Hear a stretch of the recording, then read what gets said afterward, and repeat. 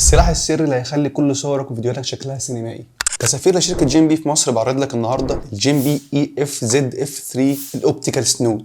كتير بنشوف خلفيات في الفيديوهات وفي الصور بيكون شكلها سينمائي جدا وفي اشكال جميله جدا ونفسك تعملها مش عارف تعملها ازاي. هو ده مخصص اصلا انك تعمل الباك جراوند دي او الخلفيات دي كلها عن طريق لينس او عدسه جوه الاوبتيكال سنود ده. تقدر تتحكم في الفوكس بتاعها عن طريق البكره دي وتطلع هنا وتدخل العدسه تاني عشان تعمل الفوكس بتاعك على الخلفيه او على الحاجه اللي انت حابب تخلي خلفيتها فيها شكل او متصوره بشكل سينمائي. وبيجي معاه حاجات او اكسسوارات انت مش عايز غيرها. بيجي معاه اكتر من 12 او 15 شكل بيتركبهم على السنود بطريقه معينه بحيث يعمل لك خلفيه مميزه جدا بتخلي شكل فيديوهاتك او صورك سينمائيه. طريقه الاستعمال بتركب الشكل في الحديده دي وبتركبه جوه السنود كده الموضوع خلص. بس كده الشكل بقى عندك على الحيطه. تقدر تتحكم في الفوكس عن طريق البكره اللي قلت لك عليها دي وحركه الفوكس من قدام لورا. بيجي معاه كمان 4 الوان لو عايز تعمل حاجه ار جي بي او خلفيه ملونه. عندنا احمر اخضر اصفر ازرق بتركبهم في القطعه دي وبتركب القطعه دي قدام هنا في